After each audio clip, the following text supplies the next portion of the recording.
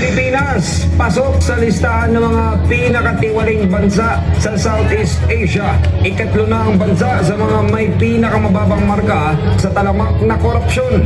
Mula sa flood control projects hanggang sa isyu ng maletang pera. Malalim na ang problema ng korupsyon na sumasakal sa ekonomiya ng Pilipinas. Inilagay ang bansa sa ikatlong pwesto sa hanay ng mga sinasabing pinakatiwaling bansa sa rehiyon.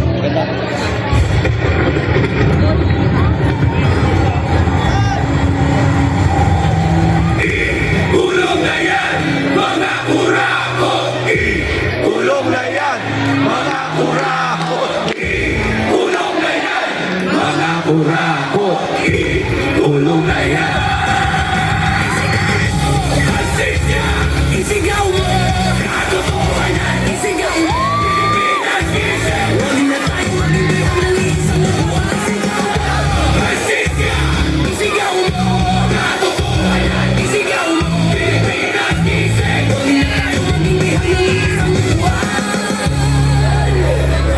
Isigaw mo! Rasisya! Isigaw mo! Katotohanan! Isigaw mo! Pilipinas gising! Huwag na tayo maging bihag ng isang upuan. Tutuusin, hindi lang naman kaming mga kontraktor ang nakikinabang dito. Marami din sa inyo, mga politiko, ang nagpapataba ng bulsa sa pangungurakot. Kawawa po talaga ang mga mamamayang Pilipino kasi ninanakaw lang natin ang kaban ng bayan. Sinong umaahon, tayo ba o sila? Mga ngiti nila habang nakalubog ka pa sa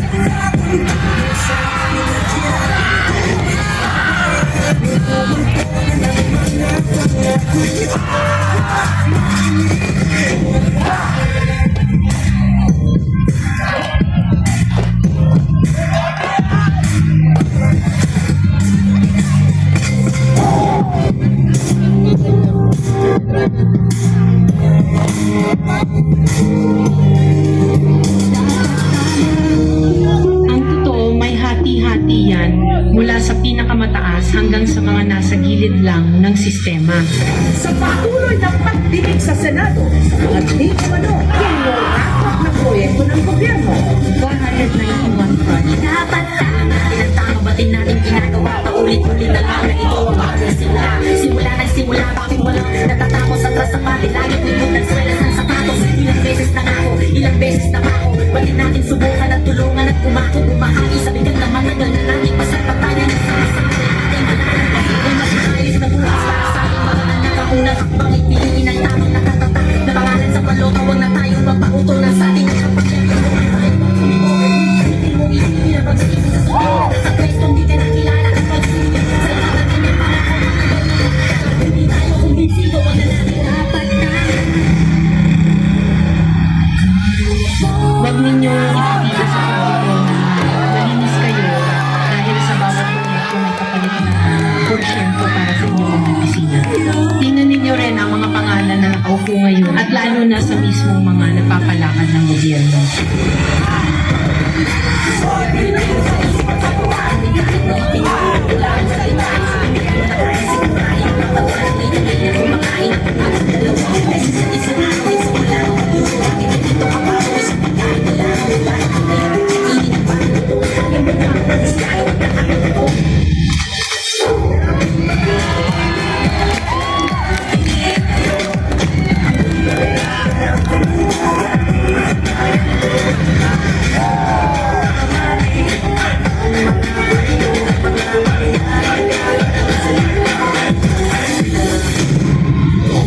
Noong isang taong pa na isiwalat na may mga mali-maletang pera, codename basura, na i-deliver daw sa ilang mga politiko na naglalaman di mano ng hindi lang bilyones, kundi bilyones ng kickback mula sa pondo dapat ng bayan. Nakakapagod maging mahirap.